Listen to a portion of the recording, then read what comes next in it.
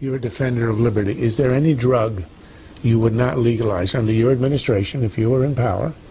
Could I walk into any store and buy marijuana, heroin, meth, or crack cocaine? Is there any that you would not allow me to buy on the free market? Yeah, the way I understand the Constitution, the federal government shouldn't be in this business of legalizing anything, so the federal government shouldn't make anything illegal.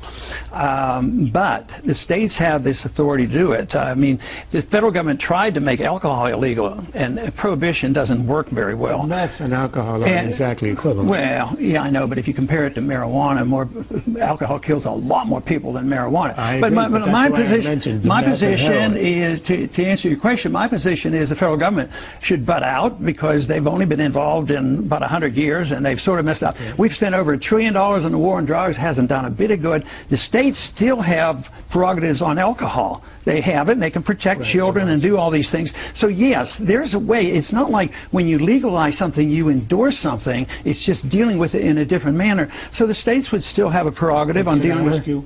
If you're a believer in liberty as a principle, and you were, say, the governor of Texas, why would you, as a governor of Texas, any more want to make it illegal to purchase crack than you would if you were the president? I understand the principle of federalism, but as a matter of principle, why would you, as governor, not want to cancel all the laws in Texas that outlaw the purchase of these drugs? Why would you want to cancel out what the founders gave us in our documents? And it was always legal up until last century, at 19. So you would legalize if you were the governor? I would let the states do it, and that would be the way that it's supposed to be done. And it was that way. I don't know why we've given up on liberty so soon, because are you going to use it if somebody legalizes something? This whole idea that it's legal, you're all going to be drug addicts. It depends what you're offering me. Congressman, nobody uses it because it's legal. They use it because it's illegal. On the same line, you have an ad out about pro-life. And what is your position on the federal government's role in abortion? And what should be legal and what shouldn't be legal? If you make that argument on the drugs, are you making the argument then that the federal government should be out of pro-life, pro-choice? Sure. That would be the logical conclusion. But there's a little bit, I mean, when the government's so much involved in medicine, you better make sure they don't use our money to do abortions. The military, you can have some controls there. But the federal government cannot, I mean, this is the whole reason why Roe versus Wade made such a mess of it. It was a Texas law, they prohibited it. There was Roe versus Wade, they nationalized it. Now, many right-to-life people are saying, what we need is a Supreme Court ruling and amend the Constitution, but they don't accept my bill, which removes the jurisdiction. I would remove the jurisdiction, that's We the People's Act, on these various things, and just say that if the states do something, try to, get the federal government out of it. We don't want the Supreme Court legislating as they did in Roe versus Wade. So I would apply the same rule to that. So the states would make the decision, and not the federal government. The state would do it. Congressman, let's go to Republican politics. This week, Rick Perry said it's good politics to keep the birther issue alive. Now, he's gone back and forth on this, but do you think it's good politics to kind of prod and poke at President Obama over where he was born? No, I don't think it's good politics. I think it's probably bad politics. But one thing about that, why didn't anybody ever ask whether his mother was a citizen? She was a citizen. It wouldn't have to be an automatic, and it would make the whole thing moot. No, I don't think it's good politics at all. I never bring the subject up. Steve? When I was watching the video of your rollout of the plan to restore America, one of the things that surprised me was you don't call for the abolition of the Fed, at least not right away. Right. So who would your Fed chairman be? Jim Grant, probably. And what are his main arguments? He's an Austrian economist. He has experience on Wall Street. He's brilliant. He's a good historian. He'd quit printing money.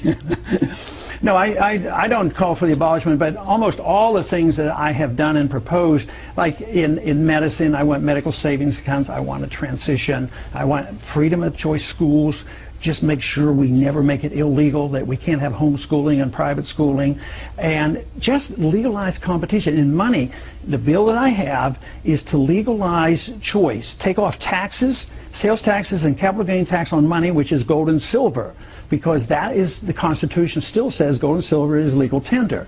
So, but to close down the Fed tomorrow, you know, even back in when I was on the Gold Commission in the early 80s, it was my same position. This is Hayek's position, competing currencies. And this way you don't have to be disruptive and say, we're going to close down the Fed. The financial system is going to close itself down. That's what I fear. That's why I think it's so desperate that we get control of this budget, because every single day we're getting closer to something bigger than we've ever had before. What would you do to help the Europeans out, especially if you look at what's going on in Greece, that could have terrible repercussions on our economy? It's a global structure. We can't kind of wall ourselves off. So what would Ron Paul do if he was over at the Fed to help Greece out, or would you ignore it? I'd keep my hands off, because the only thing you can do is print more money.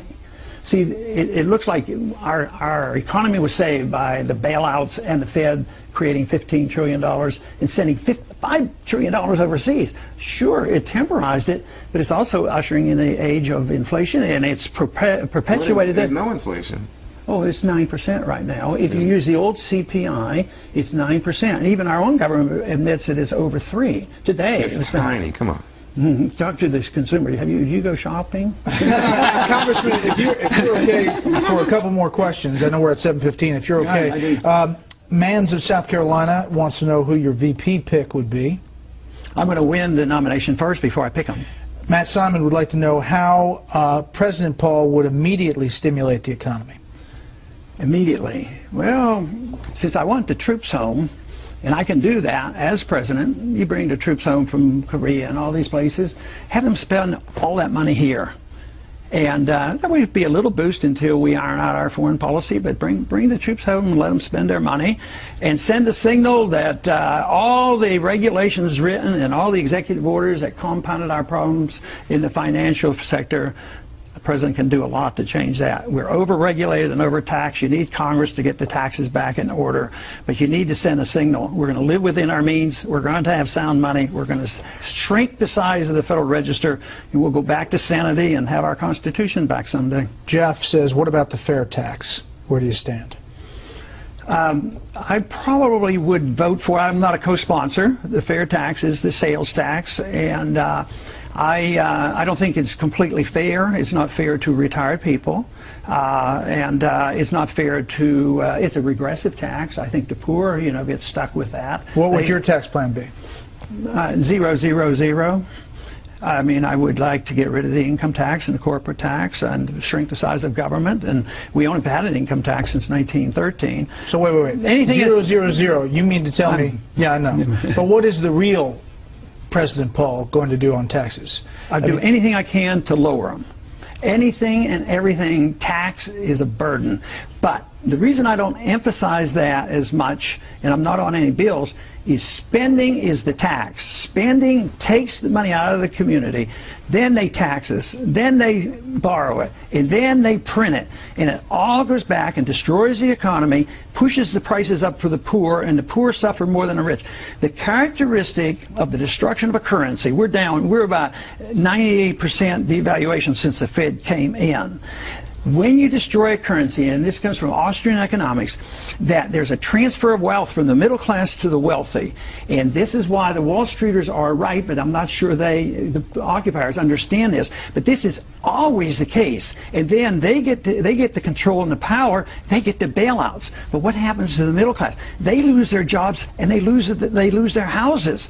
So but if you do a massive cut at the beginning of a Paul presidency, right, doesn't that in itself affect the economy in a detrimental way immediately? Not necessarily. Study what happened after World War II. 10 million people came back. They weren't given jobs. The military budget was slashed, I think, approximately 50 or 60%. Taxes went down.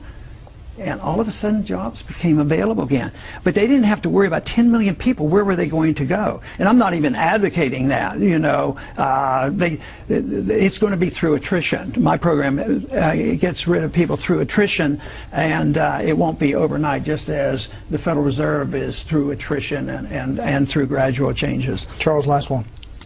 Well, this is sort of out of left field, but if a major waterway, the Suez Canal or the Panama Canal, fell into hostile hands, what would you as Commander-in-Chief do, if anything? I'd look at it and study it and find out if it was a threat to our national security, and go to the Congress, find out if they want to declare war, who the enemy is, and take care of it and get it over with.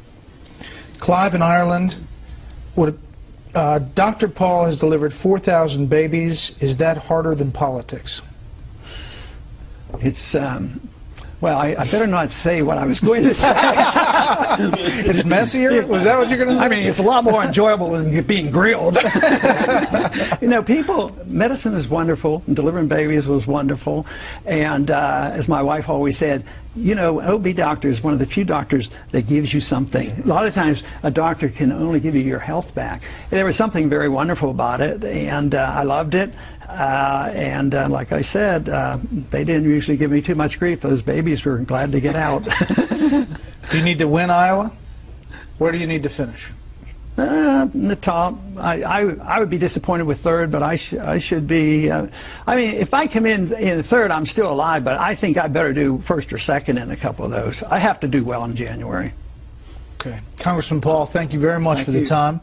I think we set a record online. We'll check it out after this. Thanks for watching Special Report Online. And remember, we have had you on quite a bit. So tell everybody that's a supporter that we're all right. Okay. Join us Fox News Channel every weekday at 6 p.m. Eastern for Special Report. We'll see you next center seat next week. Herman Cain on Tuesday.